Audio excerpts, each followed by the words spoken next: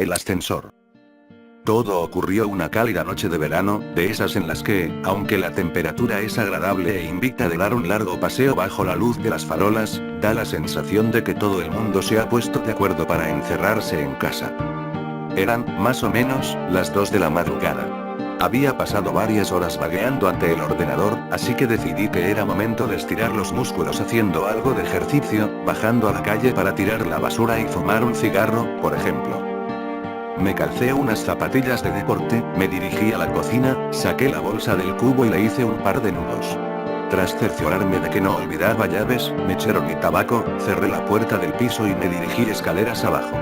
Habría podido elegir tomar el ascensor, pero, teniendo en cuenta que a esos cacharros les suele dar por pararse de golpe, habría sido un error quedarme encerrado dentro con la única compañía de una maloliente bolsa de basura. Recorrí los pocos metros que separaban mi portal de los contenedores, disfrutando del ambiente de soledad que reinaba en mi calle, unido a la tenue iluminación y la invisible caricia procedente del asfalto caliente bajo mis pies. Tras meter la bolsa en uno de los cubos, volví a mi portal y, antes de entrar, encendí un cigarrillo, disfrutando de cada calada mientras oía en la distancia el sonido de ambulancias y coches acelerando la banda sonora que suena de fondo cada noche en la gran ciudad que es Madrid.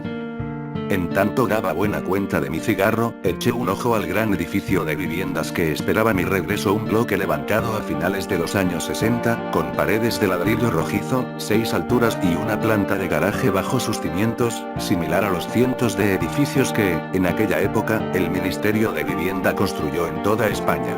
Junto al portal, aún se conservaba la placa que daba fe de ello. Mis padres fueron los primeros dueños de la casa. Tras el paso de los años, su afán ahorrador les permitió hacerse con un chalet en las afueras, por lo que yo, siendo hijo único, tuve la suerte de pasar a ser el dueño y único habitante de la vivienda. Cuando acabé el cigarrillo, tiré la colilla al suelo y entré en el portal. Por un momento, pensé en subir andando hasta el 5.º piso, donde vivo, pero la vagancia pudo más, así que llamé al ascensor. Cuando este llegó a la planta baja, entré en el habitáculo. Una de las curiosidades que tenía aquel edificio, era dicho ascensor. No todos los bloques de viviendas de la época contaban con uno, y se consideraba una mezcla de lujo y suerte el poder llegar a casa en uno de estos chismes cuando se levantó el edificio. Esto hacía que la estructura fuese algo vieja, sus paredes, sus espejos y su cuadro de botones tenían más de 50 años. Lo que más me llamaba la atención de este último detalle, era el correspondiente al garaje. Había un botón para cada piso, excepto para el sótano, en cuyo lugar había una cerradura. Todos los vecinos teníamos copia de la llave.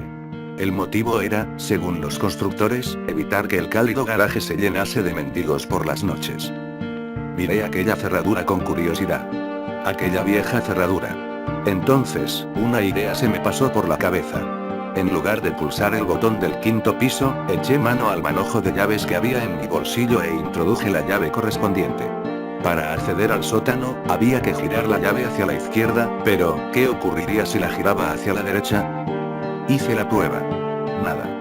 La cerradura hacía tope, como era de esperar.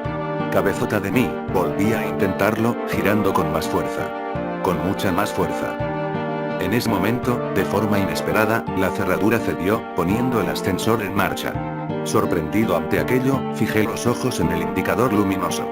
Mientras el ascensor descendía, aquel pasó de mostrar un 0 a mostrar un 1 negativo. Pero, llegado a este piso, el ascensor no se detuvo.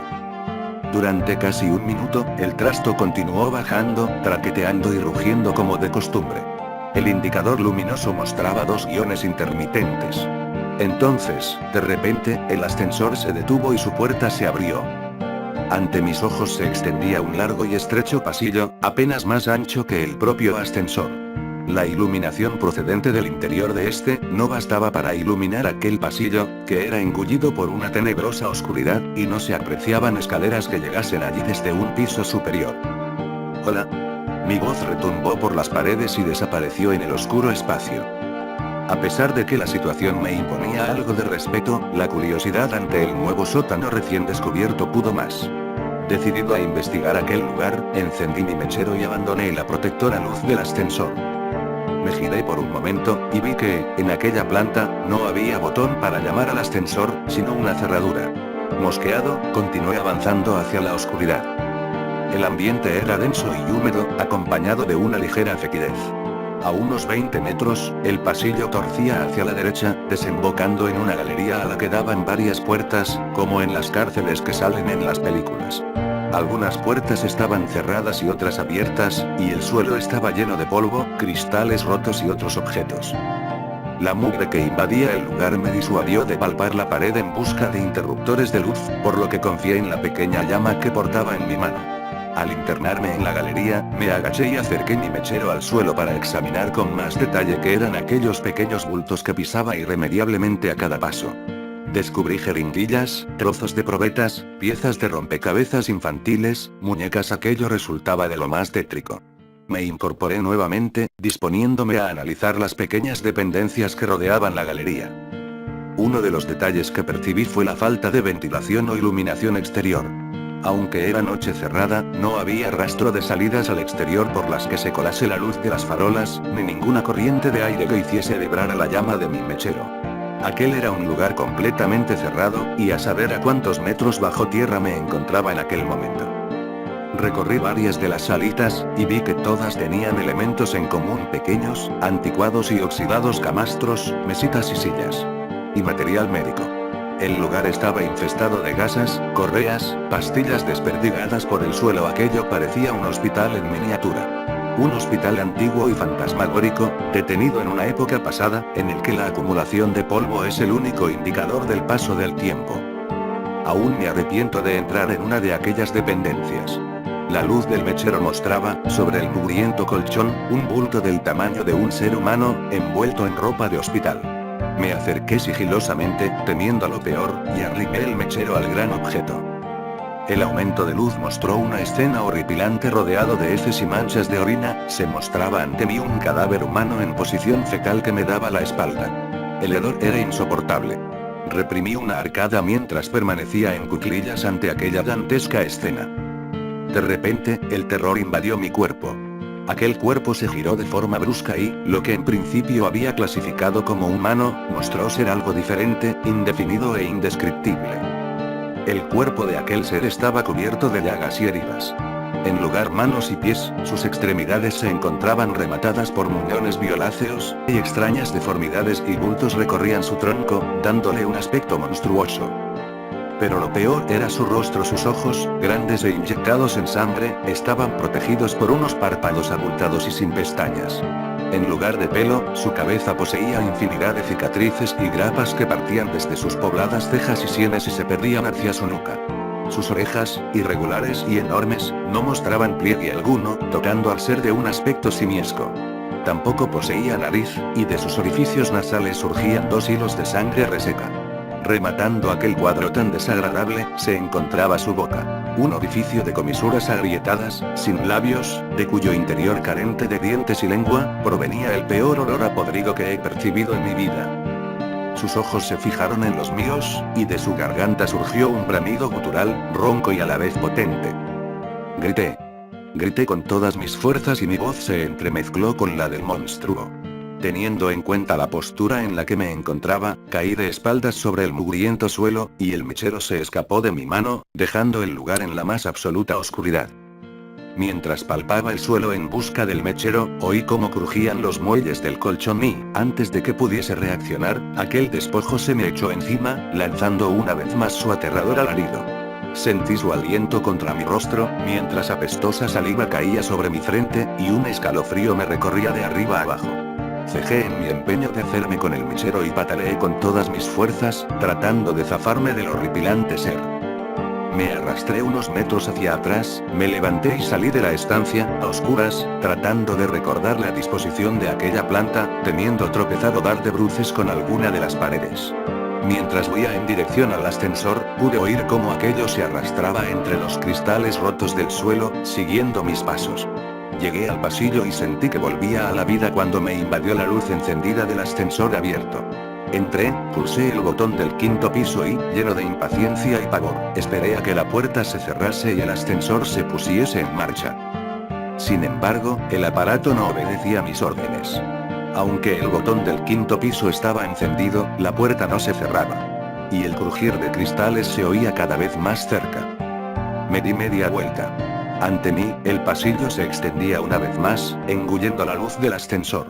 Sin embargo, ahora no sentía curiosidad ante aquella escena. Sentía verdadero horror. Quería huir de allí. Y el ascensor nos movía. De repente, se hizo el silencio. Estaba tan aterrorizado, que todos mis músculos se agarrotaron. En ese momento, el ser surgió del pasillo oscuro arrastrándose con una velocidad y una pericia insólitas. Venía hacia mí mientras gruñía, jadeaba y chillaba como ninguna criatura conocida. Apreté repetidamente el botón del 5.º piso, con pulso tembloroso, en tanto el miedo me hacía llorar y la criatura se aproximaba rápidamente. Cuando estaba a punto de entrar en el ascensor, agité mi pierna ante él, lo que lo hizo retroceder atemorizado, sin que apartase la vista de mis ojos en ningún momento. En ese instante, las puertas se cerraron y el ascensor comenzó su ascenso. Fijé la vista en el indicador luminoso, los dos guiones parpadeantes dieron paso a un negativo 1, luego a un 0, un 1, etc. Algo más calmado, me miré en el espejo y fui consciente de mi aspecto. Mi rostro estaba cubierto de una mezcla de baba y mucosa sanguinolenta, mezclada con mis propias lágrimas. Cuando quise pasar el dorso de la mano por mi frente, descubrí que mis ensangrentadas palmas estaban llenas de cristales rotos, y comencé a sentir su dolor. Minutos antes, en aquel segundo sótano, el miedo no me había permitido ser consciente de cómo se habían clavado en mi piel. Llegué a casa y entré corriendo al baño. Los recientes recuerdos de todo lo que había ocurrido allí abajo se agolparon en mi mente, y no pude evitar arrodillarme ante el váter y vomitar la cena. Me di una ducha más larga de lo habitual. Aún invadido por el asco, curé las heridas de mis manos y esperé a que llegase el día, incapaz de dormir. A la mañana siguiente, cuando la luz del día se llevó todos mis miedos, llamé a un amigo que vivía en uno de los edificios cercanos. Dicho edificio era similar al mío, construido en la misma época, con la misma planta y con un ascensor exactamente similar. Tras contarle la historia y soportar sus burlas, me aseguró que haría la prueba en su ascensor y que me llamaría para contarme qué había ocurrido en su caso. Esperé su llamada intranquilo y, a los pocos minutos, sonó el teléfono. Era él, y su voz sonaba entrecortada y temblorosa. Bajo su casa también había un segundo sótano, húmedo y maloliente. Sin embargo, él no se había atrevido a adentrarse, y no tenía intención de hacerlo. No pienso volver a coger ese ascensor en mi puta vida, eso fue lo que me dijo. Y la verdad es que su opinión coincidía al 100% con la mía. A pesar de nuestros temores, nos decidimos a investigar sobre el asunto. Así, dimos con el que fue por aquel entonces presidente de la constructora encargada de levantar los edificios. Hoy en día un ajado anciano con un pie en el cementerio. Tras varias reticencias, nos explicó el porqué de aquellos sótanos secretos. En 1966, la recién inaugurada central nuclear de Zorita, en Guadalajara, había sufrido una grave fuga en uno de sus reactores, provocando una nube radiactiva que se extendió por los pueblos de los alrededores. El régimen franquista no podía permitir que la opinión pública tuviese noticia de un fallo en su primera instalación nuclear, por lo que contactó con las parejas jóvenes del lugar, ofreciéndoles trasladarse a Madrid, a los inmuebles en los que mi amigo y yo vivíamos, pues a pocos metros se encontraba un hospital que podría seguir la evolución de dichas parejas y los hijos que pudiesen tener en el futuro.